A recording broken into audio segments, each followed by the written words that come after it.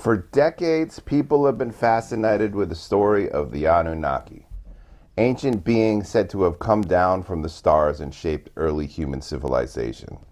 Thanks to the books of Zecharia Sitchin, many now believe the Anunnaki were a reptilian race from a rogue planet called Nibiru, who came to Earth to mine gold and enslave humanity.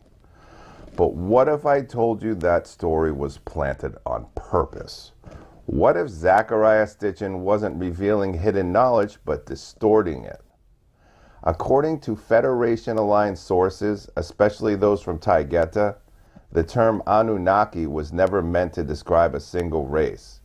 It was a broad label, applied to many extraterrestrial groups who interacted with Earth during a massive span of time, from especially around 12,000 BC to the 1st century AD.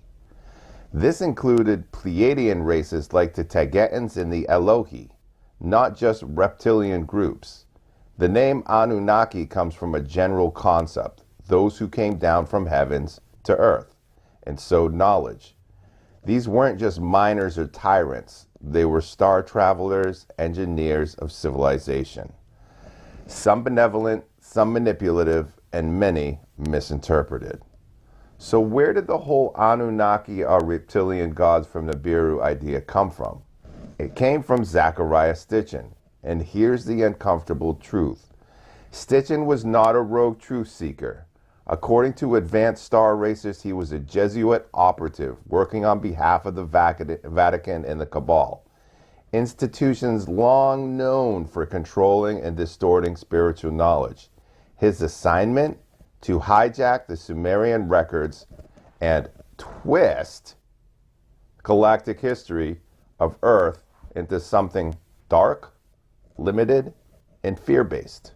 Make sense? He claimed to translate cuneiform tablets, but modern experts in the language have shown repeatedly that Sitchin didn't even know how to read it. His interpretations don't match actual translations. He simply made things up, and those fabrications became doctrine in an ancient aliens community. And why would the Vatican want this? Because the real history of Earth undermines their control. Because beings like the Taygetans and the Elohim brought metaphysical knowledge, not dogma. Because if the humans knew their true galactic family, and that some gods were benevolent Pleiadian mentors, it would tear down the entire pyramid of religious power on Earth. So the cabale made sure those gods were recast as monsters. That's how all the star visitors, even the positive ones, got lumped into the category Anunnaki, painted reptilian, enslaving, and greedy. But this is not the truth. Not all reptilian races are bad, and not all Anunnaki are reptilian. The real Anunnaki were many races, some working together, some in conflict, all involved in shaping Earth's development. It was a multi-dimensional situation, far beyond the binary of good versus evil. Taygetans were there, Elohim were there, even some winged races, like Varu, played roles. The Sumerian gods of old were a mixed council, and many of us as starseeds are descendants of those lineages. We are their continuation. So when we say we are all Anunnaki, we don't mean we are all reptilian. We mean that we, the starseeds, the awakened, are part of the long legacy of beings who came here to bring knowledge, to uplift, and to remember. That's why the statues of the Anunnaki show them carrying a mysterious bag. You see it in Mesopotamia, you see it in Mesoamerica. You even see it on Easter Island. That bag represents seeds of knowledge they carried.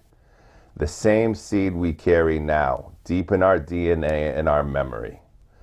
Sitchin's work was a psyop, a narrative trap, a carefully crafted deception to prevent us from remembering who we are and where we come from.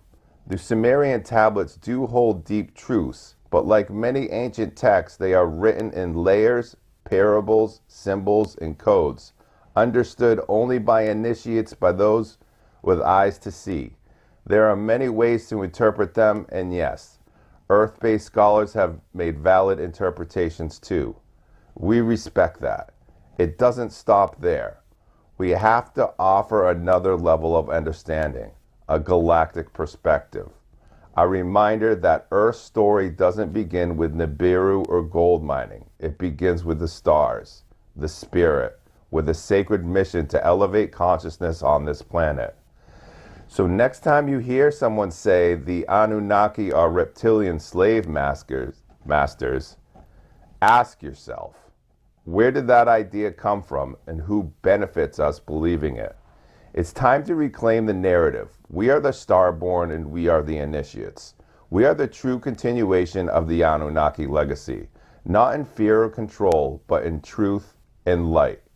The deception ends now.